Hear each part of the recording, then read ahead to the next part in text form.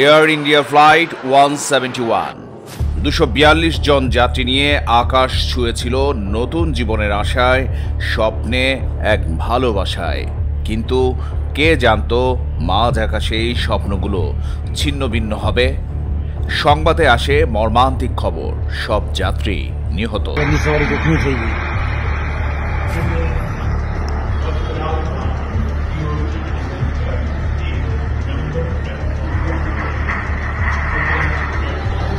দেশ বিদেশের মানুষ শোকাহত, আত্মীয় স্বজনেরা চোখের জলে বুক ভাসান। কিন্তু ঠিক 2 ঘন্টা পর আসে এক চমকে দেবার মতো সংবাদ, একজন বেঁচে আছেন। তিনি বেঁচে আছেন, তিনি লড়ছেন, তিনি ফিরছেন। সিট নম্বর ছিল 11-এ। ঘটনাস্থলে ইমার্জেন্সি এক্সিস্টের পাশে বসা ওই যাত্রী মুহূর্তের ভেতরে সিদ্ধান্ত নিয়েছিলেন, জীবনকে আরও একবার সুযোগ দিতে হবে।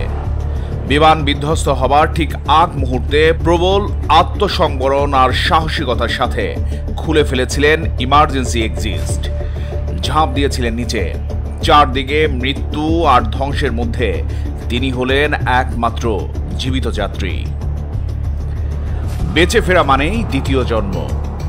আমরা প্রায়ই বলি জীবন দ্বিতীয়বার সুযোগ দেয় না, কিন্তু এই মানুষটি যেন সেই কথাটিকেই চ্যালেঞ্জ জানালেন। মৃত্যুর একেবারে দুয়ার থেকে ফিরে আসা শুধু ভাগ্য নয়, এটি জীবনের প্রতি এক গভীর ভালোবাসার প্রকাশ। তিনি এখন চিকিৎসাধীন, অবস্থা স্থিতিশীল। সারা বিশ্ব তাকিয়ে আছে এই একজনের দিকে, যিনি শুধু বেঁচে যাননি, জীবনকে জয় করেছেন। এই ঘটনা আমাদের কি শেখায়? প্রথমত, জীবন কখনো কখনো সবচেয়ে অন্ধকার জায়গা থেকেও আলো ফিরিয়ে আনতে পারে। দ্বিতীয়ত, শেষ মুহূর্ত পর্যন্ত লড়াই করার মানসিকতা অনেক সময় অলৌকিক বাস্তবতাকে সম্ভব করে তোলে। তৃতীয়ত, একটি সিদ্ধান্ত যা কয়েক সেকেন্ডে নেওয়া হয়, সেটাই হতে পারে বেঁচে থাকবার মূল চাবিকাঠি। লোন সার্ভাইভার শুধু একজন ব্যক্তি নন, তিনি একটি প্রতীক। তিনি কেবল দুর্ঘটনায় বেঁচে যাওয়া একজন ভাগ্যবান মানুষ নন, তিনি আশার প্রতীক, সাহসের মুখচ্ছবি এবং জীবনের জয়গান।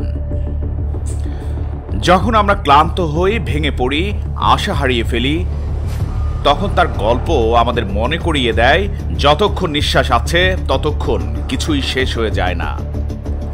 এই পৃথিবীতে প্রতিদিন হাজারো মৃত্যুর ঘটনা ঘটে, কিন্তু কোনো কোনো বেঁচে ফেরা হয়ে ওঠে কোটি প্রাণের অনুপ্রেরণা।